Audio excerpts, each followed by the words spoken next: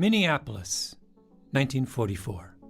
Busy sidewalks, miles of streetcar tracks, businessmen in gray suits and hats, shopgirls in knee-length skirts. The Mississippi snakes through the middle of the city. The Fauci Tower looms overhead. Overseas, the war in Europe and the South Pacific still rages. So many of the younger men are gone. But there is bustle and energy that makes the downtown feel like Chicago or New York City. Unless you look closely and pay attention day after day. And if you did that, you would see a strange sight that set Minneapolis in that moment apart. You would see men in groups of two walking the streets, early 20s, dressed identically in khakis and white shirts. They would seem healthy at first, but then as the fall of 1944 turns into the long winter and spring of 1945, you would see them start to change. You'd see them start to move slowly, as if they were old men. Their clothes are one, then two, then three sizes too big, eyes hollowed out, hair thinning, skin like parchment. They sit in restaurants and soda fountains and drink cup after cup of coffee, but never eat, ever. Even if you invited one of them to join your table, they just stare at your food with blank eyes, then move on, shuffling down the sidewalk, across the Mississippi, and back to a warren of rooms under the football stadium at the University of Minnesota. Back to the Department of Physiological Hygiene, run by a man named Ancel Keys. What does he look like? Ancel Keys? Huh? He was short. I think that bothered him a little bit. He was very muscular. He was very good looking in his youth. That's Sarah Tracy, a historian at the University of Oklahoma who's writing a biography of Ancel Keys. He was a child genius. He was one of Lewis Terman's 1,500 gifted children whom he tracked. He was a termite. Yes, he was a termite. You know about the termites. I do. The termites were a group of children with super high IQs. You had to be very smart to be a termite. He was very self-possessed as a child. If he set his mind to doing something, he did it. He left high school 3 times, once to become a powder monkey in some mines, gold mines, once to become a lumberjack, and once to collect bat guano from caves in Arizona. Ancel Keys was America's first true celebrity doctor, a mountain climber, an adventurer. He was on the cover of Time back when that was the real measure of celebrity. He wrote best-selling cookbooks with his wife. He had a fabulous villa near Naples. The Army has developed the now famous K ration, the completely streamlined meal. Back before the Second World War, the Army came to him and asked him to make a high-calorie, pre-prepared meal. It was called the K ration. K for Keys, of course. And millions of GIs ended up carrying his creation into battle. Originally designed for paratroops, K proved ideal for tank busters, commandos, and all isolated units. Each package contains a balanced, vitamin-rich meal. With the K ration under his belt, Ancel Keys then turned his attention to an even bigger question, one that had long obsessed those who study human physiology. What happens to people when for months on end you deny them food? My name is Malcolm Gladwell. You're listening to Revisionist History, my podcast about things overlooked and misunderstood. This episode is about an audacious experiment conducted at the end of the Second World War by one of the most remarkable figures in 20th century science, Ancel Keys.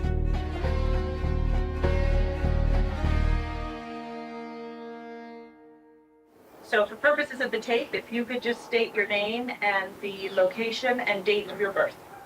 This is Earl Heckman, living at 888 Adeline Drive in Elgin, Illinois. And I was born on December 1, 1918. The best record we have of what exactly happened in Ancel Keys' laboratory is in a box of taped interviews stored away in the archives of the Library of Congress. Each tape runs roughly 2 hours in length. They contain the recollections of 18 of Ancel Keys' subjects who sat down in their 80s to leave a permanent record of their experience. My name is Sam Legg. I was born in Hackensack, New Jersey on November 10th, 1916. Max Campbellman, with an M in the middle initial, and November 7th, 1920. The interviews were conducted by two researchers from Johns Hopkins University, Richard Semba and Leah Kalm. The tapes were given to the library shortly thereafter, where they have sat on a shelf ever since, untouched. A forgotten record of 18 voices talking about an experience none of them will ever forget. It was known as the Minnesota Starvation Experiment. We were in Stadium South Tower. The football stadium, underneath the stadium, had quite a complex for research there, and there was a dormitory. We lived in a dormitory there. All the activities at the university were open to us. During their off hours, the men would roam the city. People living near the university saw them all the time. Young men in white shirts and khaki pants, taking long walks along the Mississippi, sitting in restaurants, drinking coffee, but never eating a thing. The men called themselves the guinea pigs. We were all in excellent physical health, and as far as they knew, we were all in good mental health at the time. We did not stay that way during the experiment, but we were. You can go to the Library of Congress and listen to the tapes in the reading room yourself if you like. You might end up wondering, what was Ansel Keys trying to accomplish by putting his subjects through so much? And was it worth it? When I hear somebody say, "Oh, I'm simply starved," I know they don't know what they're saying. Because there's a real difference between what your body craves for as a result of starvation than what you normally feel as hunger. The second episode of this season of Revisionist History was devoted in large part to the story of the famous iodine experiments in Akron, Ohio during the First World War. A doctor named David Marine was trying to figure out how to treat goiter, a condition that causes severe enlargement of the thyroid gland. Goiter was widespread in the early part of the 20th century. Millions of people walked around with baseball-sized bulges on their necks. Marine wanted to see if regular doses of iodine could solve the problem, so he convinced the Akron School Board to let him run a study on thousands of schoolgirls, feeding them regular doses of iodine to see if it prevented goiter. Could that experiment, I wondered, be conducted today? I called up the bioethicist Art Kaplan, who teaches at New York University. Today, to attempt this experiment to prevent goiter would be a hugely different experience for that researcher and for the subjects, the school board and their families. For one thing, when that experiment was done, there were no federal regulations. There was no federal oversight of what was going on. These days, most experiments involving human subjects are closely regulated. They involve consent forms, disclosure statements, the right to drop out of a study at any given time. Kaplan's point was that compared to today, medical research in the past starts to look like the Wild West. If you could find the money and talk people into participating, off you went.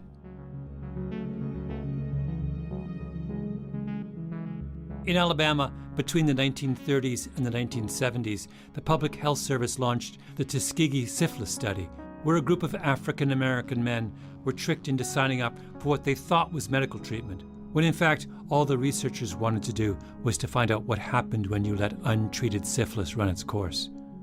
It was maybe the lowest moment in 20th century American medicine. In the early 1960s, the Yale psychologist Stanley Milgram ran his infamous obedience study, 285 volts, where Milgram deceived otherwise unsuspecting subjects into thinking that they were delivering high-voltage electric shocks to someone they'd never met. I absolutely refuse to answer anymore. Get me out of here. You can't hold me here. Get me out. Get me out of here. Continue. The next word is green, please. In today's era, the number one consideration in any proposed experiment is its effect on the subject. Back then, The number one consideration was the value of what you could learn from the subject. The subject was thought of like a soldier in battle, someone whose well-being was secondary to the larger cause. The answer to the vitamin question is not pills, but good food in plenty of variety, according to Dr. Keyes. If vitamins were missing from his food, a soldier might have to take concentrated vitamins. If he had vitamins but no food, he would still starve. The best way, naturally, is to supply vitamins in the food. Now remember the stature Ancel Keys has attained during the Second World War. He's the world's greatest nutrition researcher. He's closely involved with the war effort. He just developed the K ration to great acclaim, and he looks around the world and he sees millions of people suffering from severe malnutrition. The war disrupted the food supply of entire continents. Millions of people were in concentration camps, reduced to skeletons. Ancel Keys knew how little his field understood about prolonged malnutrition. What was the effect of long-term hunger on physical well-being, on psychological health? And what was the best way to bring the undernourished back to health? What was more important, how much you fed someone or what you fed someone? So Keys designs an experiment. He would need 36 subjects for at least a year. The first 3 months would be the control period. Each research subject would be stabilized at what Keys estimated to be their correct weight. 3 full meals a day, intake matching outtake. Then, after stabilization, would come 6 months of severe calorie restriction, with the goal that each man lose 25% of his ideal weight. Exercise would be mandatory throughout the study, 22 miles a week of walking up and down the Mississippi or through downtown Minneapolis, all through the long Minnesota winter and through the following summer. Each participant tested on a regular basis. Blood samples, sperm samples, body fat, blood volumes. The men would be asked to keep journals and record their thoughts and dreams. And then, after 6 months of starvation, 3 months of recovery. The crucial part. Keys planned to test out different rehabilitation diets with varying amounts of calories, protein, and vitamins. The experiment begins on November 19th, 1944. Keys gathers his guinea pigs at the laboratory of Physiological Hygiene underneath the football stadium. He stands in front of all 36 and gives them a speech he had stayed up the previous night, practicing in front of his wife. Quote, "We are here because of the problem of relief feeding in general, and particularly in the war-devastated areas today." You can imagine the moment. Keys, the brilliant scientist, bringing the group of young men before him under his spell. Human misery and want are qualities of life which properly bring an emotional response, but starvation is quantitative and must be met with quantitative answers. Grand words, tailor-made for men of idealism, eager for a chance to serve their country. And then, "Are you ready to begin?" And a deafening cheer goes up.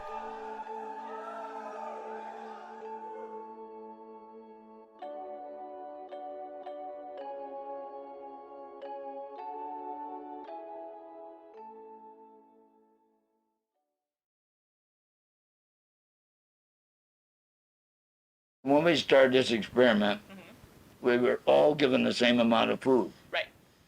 Listening to the oral histories from the veterans of the Minnesota starvation experiment is a strange experience. We had 6 slices of bread.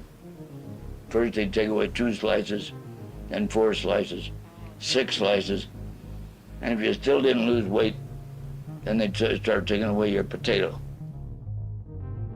The men are all at the end of their lives. Nearly 60 years have passed since the experiment ended, but rarely do any of them say, "I don't remember," or "I don't know." They know, and they remember. And their memories are precise. In fact, it seems like they've been reliving the long year between the fall of 1944 and the fall of 1945, ever since. Do you remember what your lowest weight got down to? 134, I believe. What was sort of your standard weight entering? 180. I went in at 220, and they standardized me down to 180 before the real experiment began. So I got down to 134. The 36 subjects started the experiment with high hopes. Keyes had arranged for them to take classes at the university. The men themselves organized dramatic productions and planned to hold educational seminars. Many wanted to prepare themselves for relief work after the war was over. In the recruitment leaflet Keyes sent out, he mentioned the intriguing possibilities in the fact that there was an all-women's dormitory nearby for those, as he put it, who wanted to be a guinea pig by day and a wolf by night.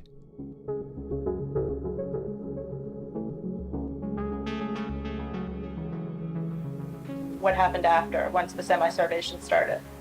Things went downhill very fast. Well, not real fast. It didn't see much change at first. Okay.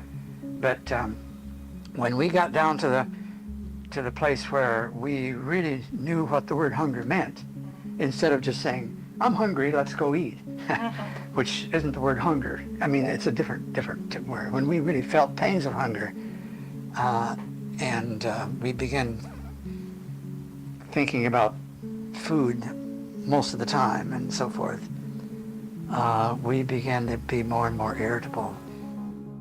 After the 3 months of initial rigor, while they stabilized their weight, the severe calorie restrictions kicked in.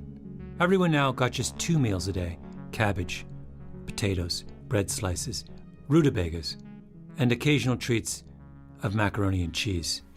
I was one of the few, no, I shouldn't say few, I was one of the many that mentally was transfixed on cookbooks.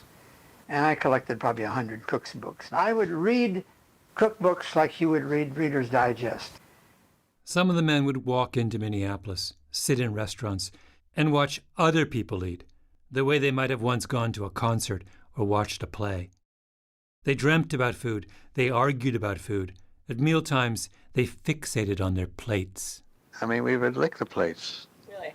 And I remember... Well, I heard that caused a bit of tension. I think it did, particularly Eveling, for instance, one of the first that I saw doing that, and I thought, that's disgusting. Well, pretty soon I would do it myself. So, oh yeah, I mean, I just thought that you would actually degrade yourself to the extent of licking a plate. Give me a break. And then pretty soon we were all doing it. Okay. Coffee was one of the few indulgences they were allowed, so they drank it to excess. 12, 18 cups a day. They chewed enormous amounts of bubble gum. They began souping their meals, their word for adding water to everything they were given to create the sense that their portions were bigger. One of the men took a date to see To Have and Have Not, starring Humphrey Bogart and Lauren Bacall. I'm sorry, Slim, but I still say you're awful good, and I wouldn't Oh, I forgot. You wouldn't take anything from anybody, would you? That's right. One of the great romantic dramas of the war years. But he couldn't concentrate, except for the part where Bogart goes to a restaurant. And if you went to a movie, you weren't particularly interested in the love scenes, but you noticed every time they ate and what they ate. During the long starvation phase, Keyes began to lose some of his subjects. One of them went walking through downtown Minneapolis, and suddenly his resolve broke. He'd been having dreams of cannibalism. He went into 17 different soda fountains and gulped down a milkshake at each one. After that, we could not go out without a buddy. And if we had a girlfriend, we could bring the girlfriend in. The doctors would interview the girl and go okay her. So when we went on a date, she'd be your buddy. Finally, after 6 months of starvation, recovery. On the final day, when you were able to finally break, do you remember what you did? Yes. They did a big breakfast for us, and that most of us stuffed ourselves, and then I think I went downtown in one restaurant and went and ate another meal, and then got out and went to another one, and and just I mean, one couldn't satisfy your craving for food by filling up your stomach. Many of us, I think, did unreasonable things. I was invited out for, I think, a Swiss steak dinner, and though I was filled to the brim, I went and stuffed a little bit more on top, and then got on a bus riding back to the to the stadium, and jostling up and down on the bus. No. All of a sudden, I lost it all. Oh, no. I got off at the next stop.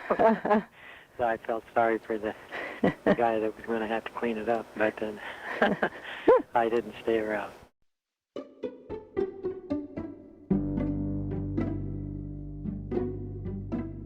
In 1950, 5 years after the study ended, Keyes published The Biology of Human Starvation, his landmark 2-volume account of what was learned during the study. To this day, that book helps doctors understand everything from famine relief to eating disorders. If you've ever used the terms metabolism, intermittent fasting, calories in and calories out, then you're talking about concepts that go back to the Keyes experiment. Ancel Keys did exactly what he set out to do. But his subjects, they were soldiers in a battle whose well-being was secondary to the larger cause. Years later, the subjects of the starvation experiment gathered for a reunion. Ancel Keys, by then an old man, addressed the group. Someone asked him, did he think the benefits of what was learned were greater than the costs of what the men went through? He looked out at all the men in front of him and said, "Well, you're all here, aren't you?"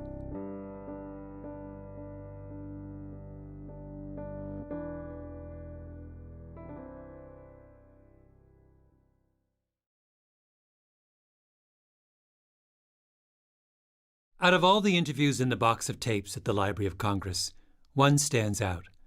The testimony of a man named Sam Legg. His father was a stockbroker in New York City. Sam went to the elite St. Paul's private school in New Hampshire and then on to Yale. Sam Legg was someone the other guinea pigs looked up to. That is, until his behavior took a sharp turn during the 6-month starvation period. His moods began to swing back and forth. Like many others, he got obsessed with cookbooks, but his obsession was pronounced. He took to eating in the corner by himself. The historian Todd Tucker interviewed Legg for his book, The Great Starvation Experiment. He writes about the way Legg started to eat. He combined all the food on his tray into one pile. He then took his fork and stirred it and mashed it all together, the thimblefuls of fish chowder, spaghetti, peas, and potatoes, until it was a homogeneous dark gray greenish paste on his plate. He then salted and peppered the amalgamation until it was crusted with seasoning. When he had scraped every morsel off his plate, he then picked it up and licked it noisily until not a molecule of food remained. The slurping noise was so loud it made the other men wince. In his oral history interview, Legg talks about how during the starvation phase, he felt his character start to slip away. I'll tell you a nasty moment. I was walking along, and I obviously had a buddy, but I don't know who it was. And it was deep into the semi-starvation, and we were tired. When they crossed the street, they didn't have the energy to take the half step up onto the sidewalk. We were tired and weak. And so we were standing at a corner waiting for a light or something, and a kid came along on a bicycle. And he was really moving, pumping away and going. I said, I wonder where he's going. And then I said to myself, I know where he's going. He's going home for supper. And I'm not. And then for a very brief, I hope it was brief, moment, I suddenly hated that boy. And that, I hate at this point to tell you this, because it doesn't speak very well for me. But I have remembered it with, I guess, horror, that I could feel such a thing. So utterly irrational, But there it was. And you ask, an experience that I remember, I sure remember that.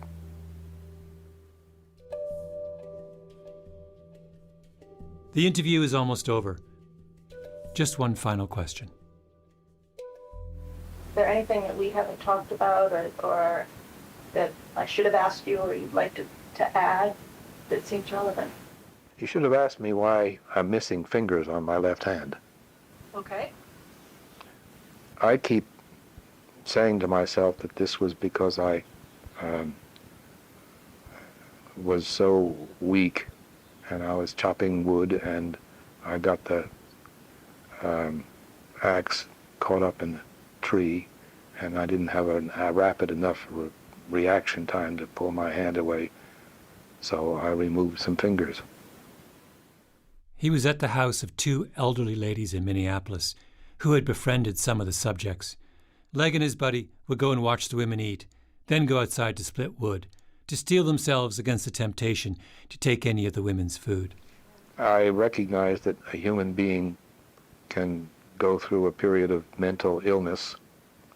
I think I was mentally ill. Was I mentally ill at the time that I removed the fingers? I don't know. I like to think that I wasn't. I like to think it was an accident. I'm not going to sit here and categorically say that I didn't do it on purpose. Leg was rushed to the hospital. Ansel Keys heard the news and came straight to his bedside. Leg looked like a concentration camp survivor.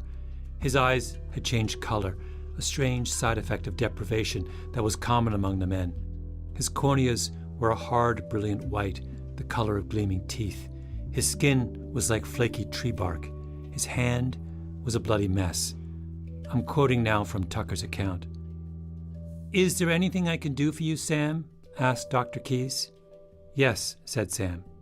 Keys leaned closer to hear. "Keep me in the experiment," he said. "Sam, I'm afraid I can't keep you in," said Keys. "You need rest and decent meals." The two of them went back and forth. And Leg said, "Doctor," he said, his voice still hoarse and quiet, "for the rest of my life, people are going to ask me what I did during the war. This experiment is my chance to give an honorable answer to that question." End quote. And so, for the next 5 days, until Leg was released from the hospital, they brought him his meals from the laboratory kitchen in a cardboard take-up box. Because, of course, he couldn't eat the hospital food. That would be cheating. Could Ansel Keys do that experiment today? Not a chance. I asked the ethicist Art Kaplan about Keys's experiment. Kaplan knew the story well. He taught for years at the University of Minnesota. Putting people on starvation diets, having them run around a city, Minneapolis, being confronted with food everywhere, having them stressed out, not a chance.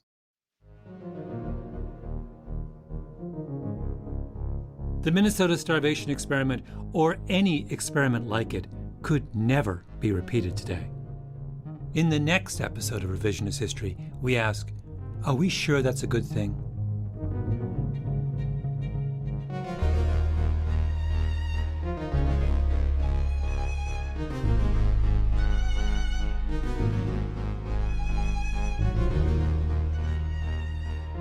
Revisionist History is produced by Eloise Linton, Lee Mengistu, and Jacob Smith, with Tolly Emlin and Harrison Vijay Choi. Our editor is Julia Barton. Our executive producer is Mia Lobel. Original scoring by Luis Guerra, mastering by Flawn Williams, and engineering by Nina Lawrence. Beth Johnson is our fact-checker. Special thanks to Todd Tucker. Go read his book, The Great Starvation Experiment, Ansel Keys, and the Men Who Starve for Science. Special thanks also to Ariella Markowitz for production help on this episode. I'm Malcolm Gladwell.